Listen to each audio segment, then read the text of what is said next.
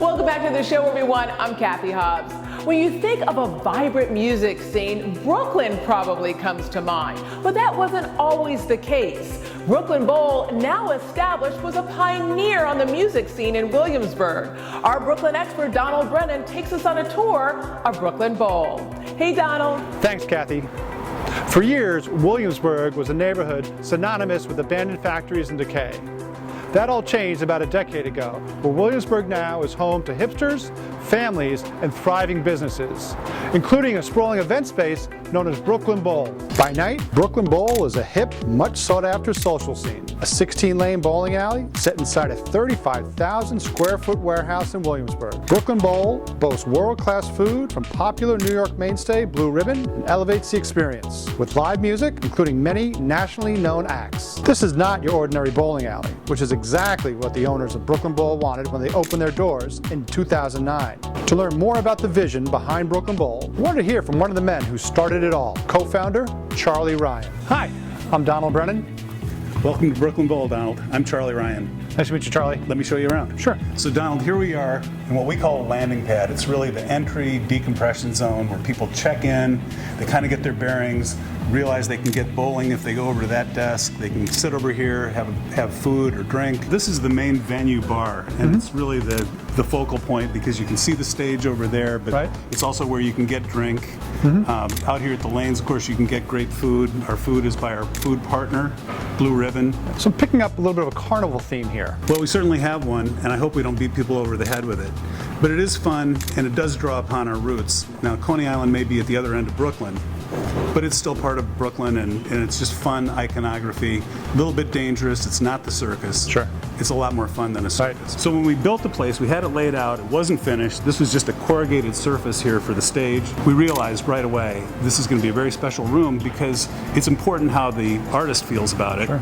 And when you look around, it's just much more dynamic than any room I could think of in terms of what the artist sees. Yeah. That's really important too. Yeah, very special space. Yes. Lots of great artists here. Kanye West, Roots, Guns N' Roses, Robert Plant, Snoop Dogg. Right here, right next to a bowling alley. How'd you come up with the idea of putting these two things together? It's kind of a magic trick, first of all, getting those people to come and play in the first place, but I think we're over the hump with that.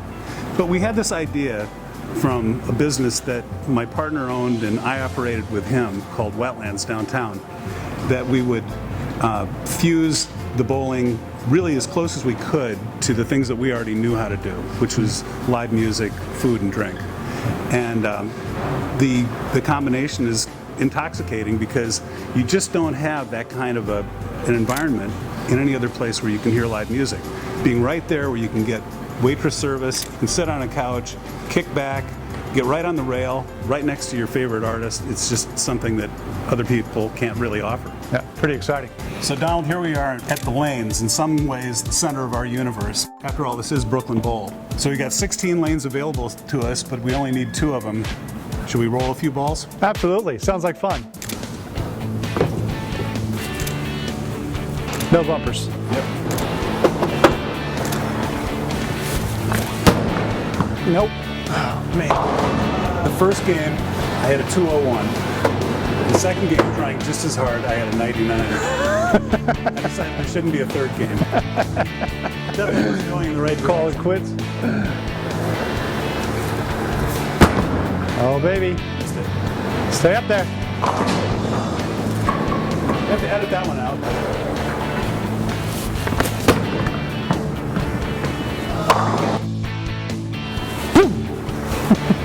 15 years ago, Williamsburg would have been a less likely place for a business success story. Many factories, vibrant and thriving in the 70s and 80s, shuttered. Ripe for development in the late 90s, paved the way for groundbreaking entrepreneurs like Charlie Ryan and his partners at Brooklyn Bowl. What made you decide to open up Brooklyn Bowl in this part of New York City? Well, we've been looking for a long time, and we wanted to be in Brooklyn. We wanted to be in some place that was easily accessible, but we also wanted a place that was bubbling under, a place where you kind of felt the energy in terms of who was coming and going already from the subway stop and from the construction cranes. And even though it was nothing like it's become today, already at the point that we were looking around here, you could feel that it was going to happen. Just the extent to which it has exploded, I don't think anybody could have foreseen. So Brooklyn Bowl, right next to Brooklyn Brewery. What has that relationship been like for you since you guys been opened, and how has it progressed over time? Well, it's been great. I mean, we've known the guys from the Brooklyn Brewery for a long, long time. In fact, the first time I really got interested in this neighborhood was after they opened up right in this location. And I walked around the corner. This sounds like such a strange thing to say, but it is true. Walked around the corner to where our entrance is now, and something about that block really spoke to me at that time. But we go back with them for a long time, ordering beer for another location, just being friends with them. So the fact that we're right next door to them, and I understand we are their biggest end user of kegs, and we're right next door, makes for a really good friendship. Excellent. Sounds like a good symbiotic relationship you have going. Very much so. Lots of building activity right around here. What's happening? There was a major rezoning that happened in 2005, which made it okay for people to sleep here, but not to live here, right in this corridor. And so now, the old Rosenwalk Wood Tank Company over here, which is there for over 100 years, is gone. That's going to be a hotel. Behind us over here is the Williamsburg Hotel. That's going to be open in just a few months. Pretty big hotel. Off in the distance here, the Wythe Hotel, which has been open 3.5 years now. And in the distance over there, another big thing. I don't even know what the name of it is, but it's a big hotel. As a matter of fact, right across the street from us, I know the developers have put together a big mass of land there. And what they end up doing with it is uncertain at this point. But they are going to do something on this kind of scale within the next couple of years. Brooklyn Bowl is no longer just in Brooklyn. You have venues now in Las Vegas and London. What's next? Well, we're building a place in Chicago. Really excited about that because that would be a lot easier to manage than some places far away as Las Vegas, and especially some places far away as London. And yes, each one of those places is called Brooklyn Bowl. Certainly have a lot ahead of you. But when it's all said and done, what would you like the legacy to be for Brooklyn Bowl and Charlie Ryan? If we can have a place here, and I think we do, where people make memories that they remember forever, to me, that's really the measuring stick of whether you did something that was worthwhile. Brooklyn Bowl almost single-handedly revitalized the Brooklyn music scene, but the chapter of this business is not yet over. Be sure to join me next month when I interview another entrepreneur who's helping reshape Brooklyn. I'm Donald Brennan of Brennan Real Estate.